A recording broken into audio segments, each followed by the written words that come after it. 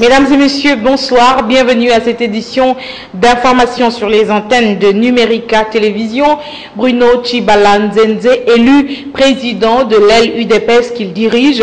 C'est à l'issue du congrès organisé par son parti dans la commune de Limete que Bruno Tshibala a été élu président. J'irai à pied ou à moto chercher les enfants égarés afin de les ramener à la maison, c'est-à-dire au parti.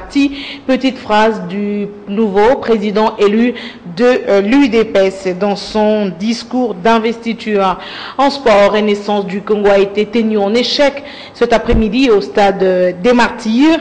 Le club, l'équipe s'est donc courbé devant le Daring Club Motema Pembe, 1-0.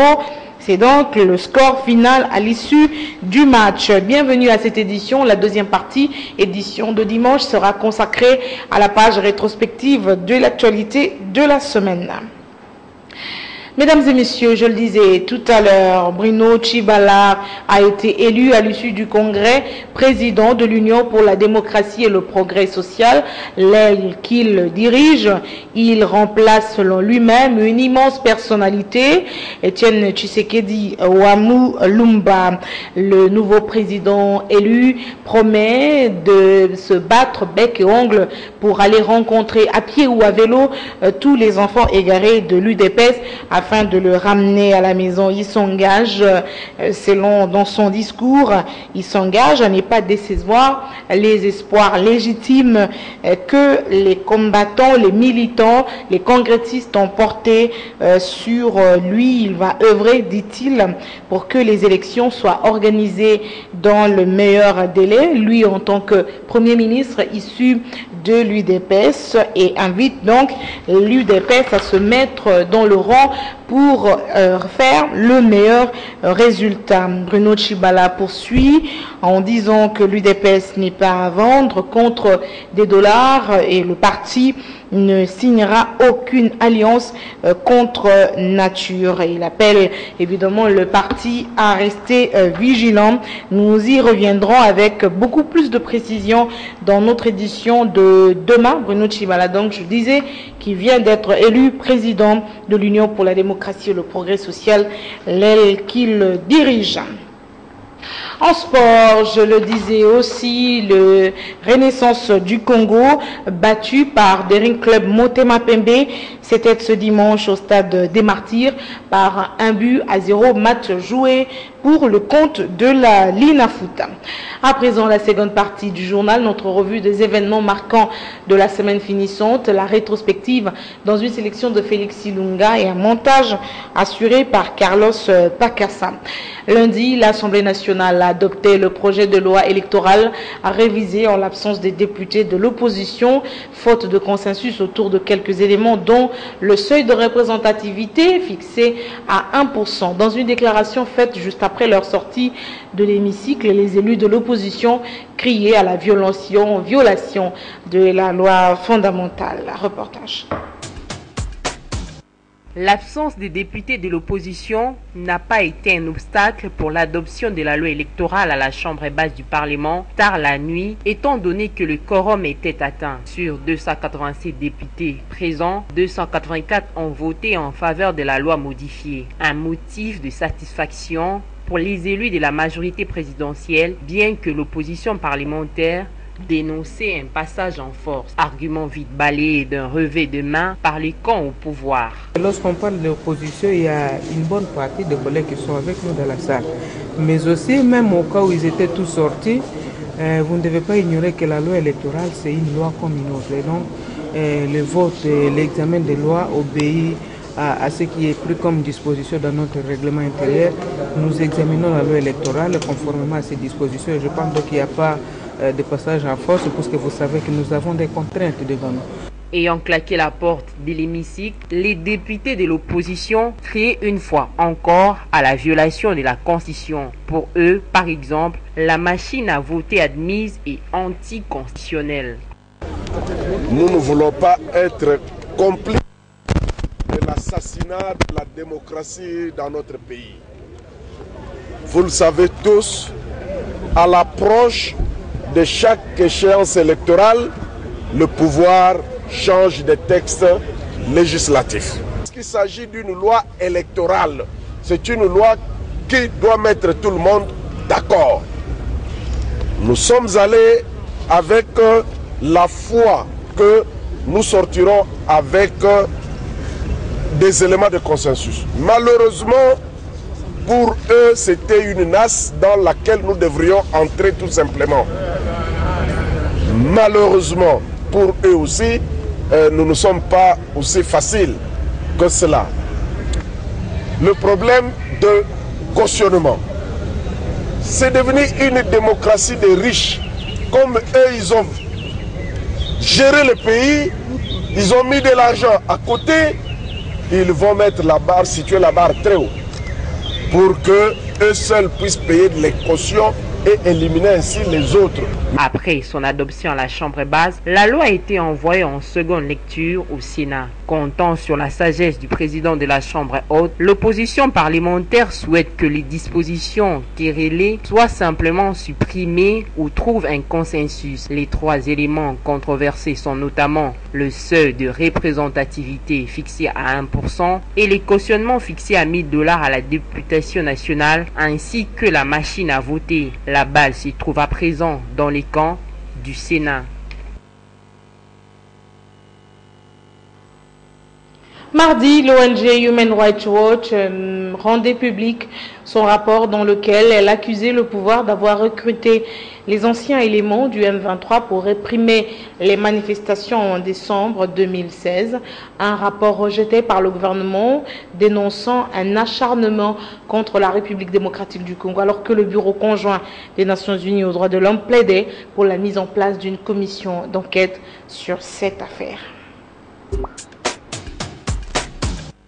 Dans son rapport, l'ONG Human Rights Watch accusait des officiers supérieurs de la République démocratique du Congo d'avoir recruté clandestinement au moins 200 anciens rebelles M23 dans le but, selon Ida Sawyer, d'étouffer les manifestations anti-pouvoir de décembre 2016.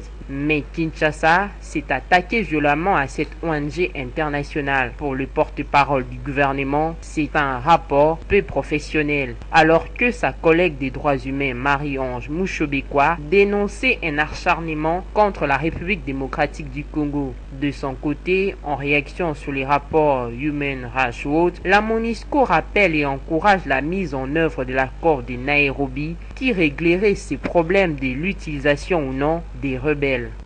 Il est vrai que nous avons des inquiétudes pour ce qui est de la répression des manifestations.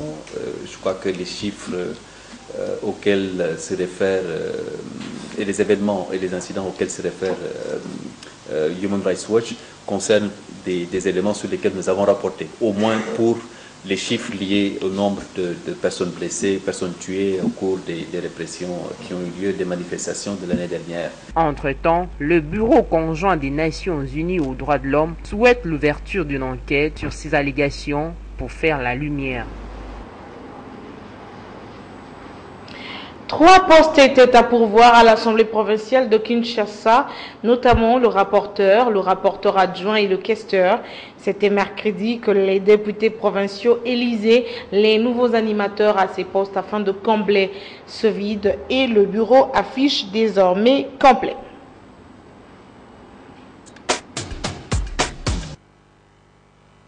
L'événement s'était déroulé en 3 épisodes. D'abord, l'élection du rapporteur de cet organe délibérant. 3 candidats étaient en lice. Au terme du scrutin à bulletin secret, Serge Mahabé, candidat rapporteur, avait obtenu 24 voix sur 44 votants.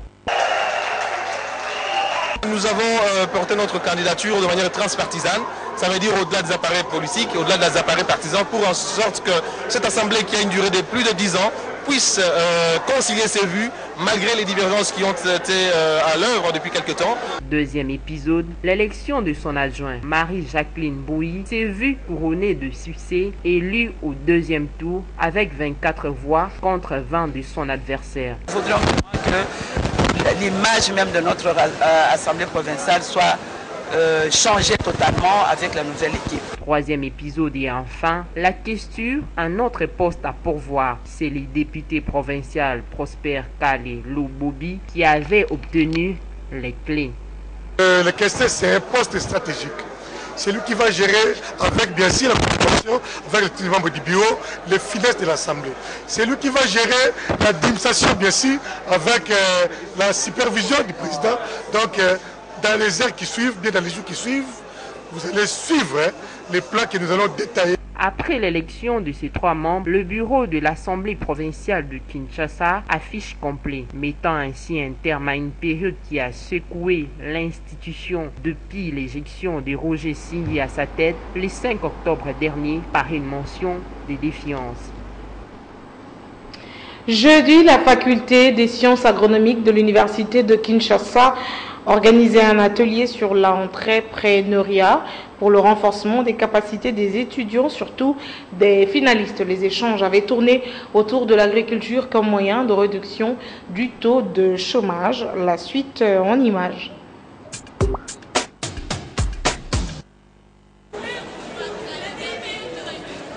Plus de 120 jeunes diplômés de la faculté des sciences agronomiques ont pris part à la formation axée essentiellement sur l'entrepreneuriat dans le domaine de l'agriculture, le chômage, la situation des crises socio-économiques et environnementales que traverse la République démocratique du Congo a motivé leur participation. Nous avons suivi avec beaucoup d'intérêt au cours de différents exposés. Nous avons vu comment on peut être capable de pouvoir créer même nos microcrédits. Des expériences partagées allant de la politique du domaine agro-industriel présidentiel de l'ANCD, d'Aipen qui déverse ses produits sur les marchés quinois. Ce forum aujourd'hui à l'Unikin nous a permis de présenter le nouveau Daipen, expliquer les objectifs du nouveau Daipen, également les différentes visions, sa différente vision en ce qui concerne la sécurité alimentaire, la création de l'emploi, le transfert de connaissances, ainsi que la formation. Durant les assises, il était aussi important d'encourager les jeunes femmes à se mobiliser pour créer, développer et implanter des entreprises agroalimentaires et agro-industrielles. Donc il faudra que le gouvernement puisse accompagner, pas seulement le gouvernement, mais qu'elle-même aussi, de pouvoir se pointer et puis de pouvoir apporter un plus dans l'économie du pays. Encourager la jeunesse à la création des emplois s'avère désormais nécessaire. La cérémonie a été sanctionnée par la remise des attestations de participation. Un nouveau pas vers l'adoption du code minier révisé en République démocratique du Congo. Vendredi, les députés nationaux votaient le projet de loi modifiant et complétant la loi sur le code minier. Après la Chambre basse, la loi se trouve à la Chambre haute du Parlement pour une nouvelle lecture. Reportage.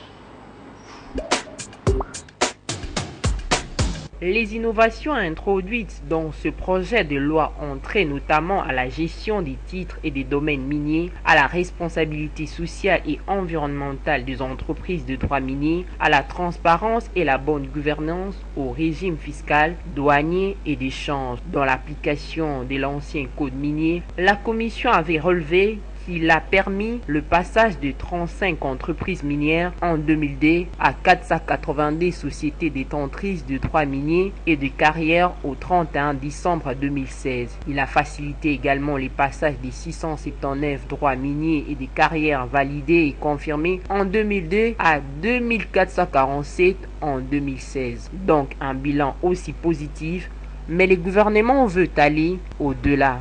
C'est une victoire pour le peuple congolais et c'est une victoire pour les représentants qui sont des élus de cette législature. Désormais, avec ce code révisé, le Congolais compétent, capable, désiré d'évoluer dans les mines à grande échelle peut devenir actionnaire à l'instar de ceux d'autres pays qui empruntent l'argent auprès des banques et qui viennent travailler chez nous pour produire et exporter les mines. Donc cette loi est une grande opportunité pour que les hommes d'affaires congolais évoluant, qui désirent évoluer dans ce secteur, de devenir grands et permettre à ce que, puisque leur argent sera logé au Congo, et que nos banques aient de la trésorerie. Malgré l'augmentation des titulaires des droits miniers, la Commission a constaté que la production n'a pas apporté à l'État des recettes substantielles pour son développement et celui des communautés locales. D'où la nécessité de la réforme du secteur minier afin d'accroître le niveau de contrôle de la gestion des titres et domaines miniers. Les linges sales se lavent en famille, dit-on. C'est pourquoi les experts de la RDC et de la République du Congo-Brazzaville se sont retrouvés samedi pour une discussion notamment sur les fréquences du Congo-Brazzaville que les chaînes congolaises de la RDC utiliseraient. Je vous propose de suivre ce reportage.